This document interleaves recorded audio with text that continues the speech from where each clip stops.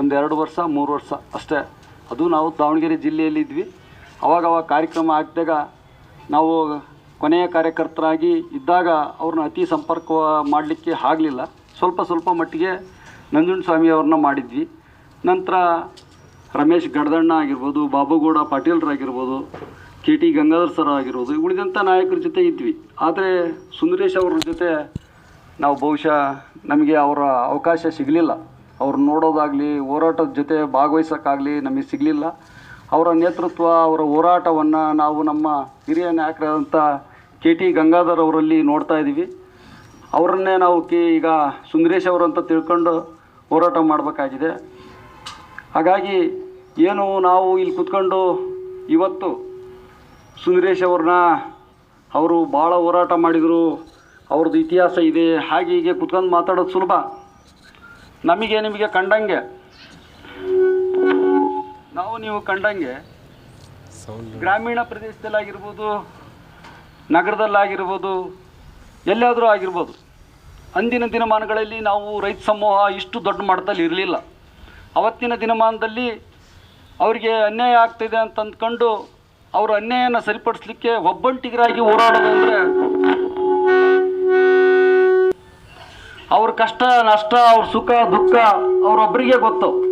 ಅವ್ರು ಎಷ್ಟು ಕಷ್ಟ ನುಂಗಿದ್ದಾರೆ ಅಂತ ಆ ಹೋರಾಟದಲ್ಲಿ ಆ ಸುಂದರೇಶ್ ಅವರಿಗೆ ಗೊತ್ತು.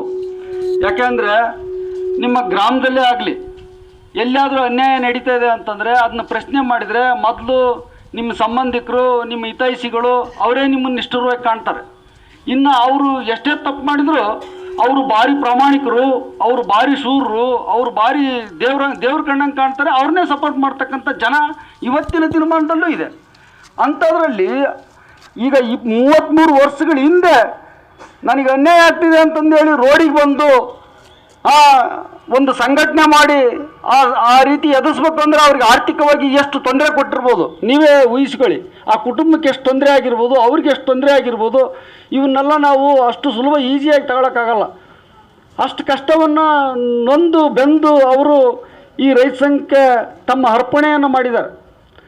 ಅರ್ಪಣೆಯನ್ನು ಮಾಡಿ ಇವತ್ತು ಇಷ್ಟು ಜನ ಜಾಗೃತರಾಗಿದ್ದೀವಿ.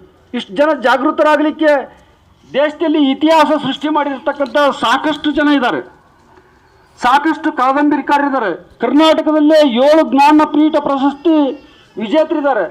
ಅಂಥ ವಿಜೇತರಿದ್ದರೂ ಕೂಡ ರೈತರ ಬಗ್ಗೆ ಯಾಕೆ ಎಚ್ಚೆತ್ತುಕೊಳ್ಳಿಲ್ಲ? ಯಾಕೆ ರೈತರ ಜಾಗೃತಿ ಮಾಡುವಲ್ಲಿ ಅವರು ವಿಫಲರಾದರು? ಸುಂದರೇಶ್ ಅವರೇ ಬರಬೇಕಾಗಿತ್ತು, ನಂಜುಂಡಸ್ವಾಮಿ ಅವರೇ ಬರಬೇಕಾಗಿತ್ತು, HS ರುದ್ರಪ್ಪನವರೇ ಬರಬೇಕಾಗಿತ್ತು ರೈತರನ್ನ ಜಾಗೃತಿ ಮಾಡಲಿಕ್ಕೆ. ಇವ್ರು ಯಾಕೆ ಜಾಗೃತಿ ಮಾಡಲಿಲ್ಲ? ಪ್ರಶ್ನೆ ಕಟ್ಟ ಕಡೆಯವರೆಗೂ ರೈತರಿಗೆ ಕಾಡುತ್ತೆ. ಆದರೆ ಇವತ್ತಿನವರೆಗೂ ರೈತ ಸಂಘವನ್ನು 33 ವರ್ಷಗಳಾದರೂ ಕೂಡ ಇಂದಿನವರೆಗೂ ಉಳಿಸ್ಕೊಂಬಂದು ಇವತ್ತು ಮೇಲ್ಸೇತುವೆಯಲ್ಲಿ ND ಸುಂದರೇಶ್ ಅವರನ್ನು ಹೆಸರನ್ನು ನಾಮಕರಣ ಮಾಡ್ತಾಯಿದೆ ಅಂದರೆ ಶಿವಮೊಗ್ಗ ರೈತ ಸಂಘಕ್ಕೆ ನಾವು ಎಷ್ಟು ಯಾಟ್ಸಪ್ ಹೇಳಿದರೂ ಸಾಧ್ಯ. ಅವ್ರ ಹೆಸರನ್ನು ಇನ್ನೂ ಕೂಡ ಅಜರಾಮರವಾಗಿ ಉಳಿಸ್ತಾ ಇದೆ ನಮ್ಮ ರೈತ ಸಂಘ. ಅವರಿಗೆ ನಾವು ನಮ್ಮ ರಾಜ್ಯದ ವತಿಯಿಂದ ನಾವು ಚಿರಋಣಿಯಾಗಿರ್ತೀವಿ. ಅದೇ ರೀತಿಯಾಗಿ ದೇಶದಲ್ಲಿ ಈಗ ರೈತರು ಜಾಗೃತರಾಗಿ ಶ್ರೀಮಂತರಾಗಿ ಅವರು ಹೆಚ್ಚಿನದಾಗಿ ಅಭಿವೃದ್ಧಿ ಹೊಂದಿದ್ದಾರೆ. ಅಂದರೆ ಇನ್ನೂ ಉತ್ತರ ಕರ್ನಾಟಕದಲ್ಲಿ ನೀರು ಉಣಿಸ್ತಾಗಿರ್ತಕ್ಕಂಥ ಭೂಮಿಗಳು ಸಾಕಷ್ಟಿದ್ದಾವೆ. ಆ ನೀರು ಉಣಿಸ್ತಾ ಭೂಮಿಗಳು ಇದ್ದಾವೆ. ಅವರು ಇನ್ನೂ ಬಡತನ ರೇಖೆಯಿಂದ ಕೆಳಗಿದ್ದಾರೆ. ಅವ್ರಿಗೆಲ್ಲ ಸಪೋರ್ಟ್ ಮಾಡಬೇಕಾಗಿದ್ದು ಅನುಕೂಲಸ್ಥ, ಆರ್ಥಿಕವಾಗಿ ಸದೃಢವಾಗಿರ್ತಕ್ಕಂಥ ರೈತರು. ಈ ರೈತರು ಯಾವಾಗ ಅವರಿಗೆ ಸಪೋರ್ಟ್ ಮಾಡಿ ತಮ್ಮ ಹಗಲಿರೋ ಶ್ರಮವನ್ನು ಅವ್ರು ಕರೆ ಕೊಟ್ಟಾಗ ಹೋಗಿ ಹಾಕ್ತೀವೋ ಅವಾಗ ನಾವು ನಂಜುಂಡಸ್ವಾಮಿ ಆಗಲಿ, ಸುಂದರೇಶ್ ಅವರಾಗಲಿ, HS ರುದ್ರಪ್ಪನವರಲ್ಲಿ ಹಾಕಿಕೊಟ್ಟಿರ್ತಕ್ಕಂಥ ಹಾದಿ ಸಂಪೂರ್ಣವಾಗಿ ಯಶಸ್ವಿ ಆಗುತ್ತೆ ಅಂತ ಹೇಳ್ತಾ, ನಂತರ ಇನ್ನೂ ಕಾಲಾವಕಾಶ ಸಾಕಷ್ಟು ಇರಬೇಕಾಗಿತ್ತು ಮಾತಾಡಲಿಕ್ಕೆ. ಈಗಾಗಲೇ ಸಮಯದ ಅಭಾವ ಇದೆ. ನಮ್ಮ